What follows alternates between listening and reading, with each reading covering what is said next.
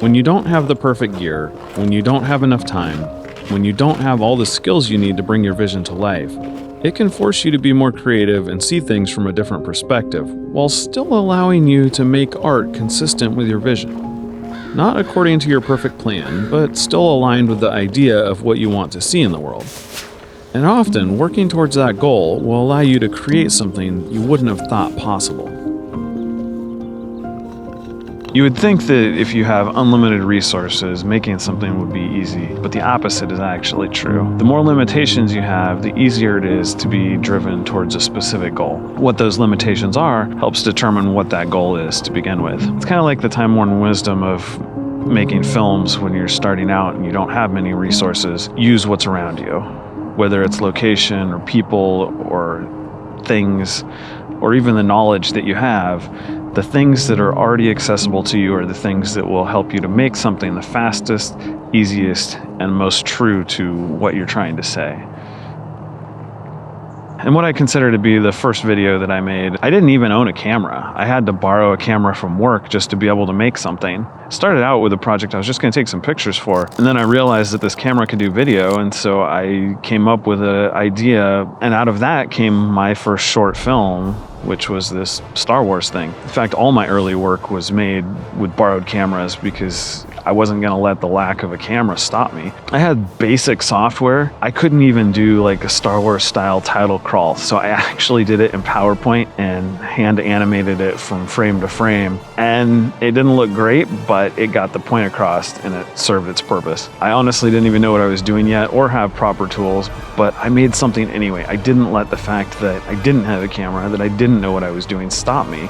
I just decided to create. I needed a way to represent Darth Vader, but I didn't even have a costume. So I made a costume out of just some black clothes, my old graduation gown, and a mask that I cobbled together out of cardboard and black garbage bags and an old pair of sunglasses. One of the limitations I had was with this camera, it was really low resolution, really poor quality, but because of that, my terrible costume wasn't that terrible. Because the video quality was so bad, you couldn't tell how terrible the costume was. In fact, I had people tell me afterwards when they saw it that they thought I actually had a real Darth Vader costume and helmet. So I didn't let the fact that I had nothing stand in my way. I just made something because I had a vision and put together what I needed to make it happen. So eventually I did purchase my own camera. Now when this camera was fairly new to me, we had a fresh snowfall and I really wanted to make something utilizing the snow. I didn't know what to make, so I was brainstorming ideas, and of course, I think snow, snowmen, maybe I can make something with a snowman. And thus was born my first stop motion film, A Winter's Day. Now that I had a camera, I could create whenever I wanted to. So whenever circumstances arose that were something that I wanted to capture, I was able to take my camera and go do it, rather than not being able to make something because I didn't have a way to capture images. But the fact that it was a snowfall and the fact that we don't get frequent snowfalls in the winter where I live meant that I had to move quickly. I only had a few days to come up with an idea and make something, and so I needed to act quickly before there was no snow. I actually made 2 films. So my first try actually didn't turn out very well, but I learned a lot of things in doing it that helped me to make the next version. So this was an old camcorder which would record video onto mini DV cassette. But for still images, it would record them to SD card. And one of the other limitations that I had was this SD card was so small that I couldn't shoot in the full resolution of the camera, and I had to shoot in standard definition for the still pictures I took. Even though that meant I could fit more images on the card, that still wasn't a lot. So a lot of the times in this film when I changed camera angles, it wasn't because I wanted a new shot or it was time to move on to the next thing. It was because my memory card was full and I had to run into the house to copy the images over so I could continue shooting. So I needed to change the shot every time in order to maintain the best quality. So I wanted to make some more narrative films, but I didn't have anybody to be in them.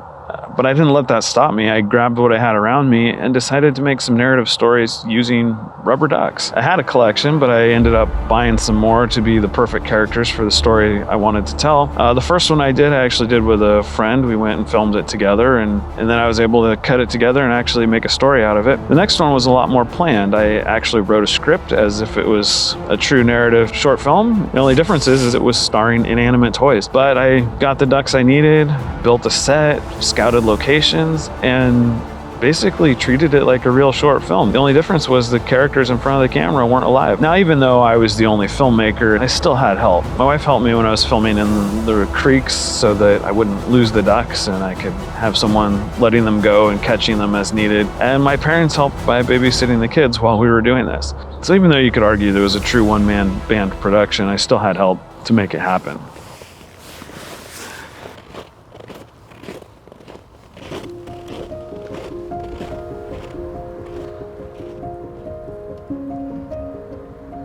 All films are made by the process of subtraction. Named after the literal action, crafting a film is called cutting because you're removing piece after piece until only the true essence of your story remains. But you don't need to wait until post-production for this process. Whether by forced limitations or by intentional choice, you can begin by setting boundaries and removing options to push yourself to be creative in new ways. And who knows, it could be through subtraction that you find yourself being more creative.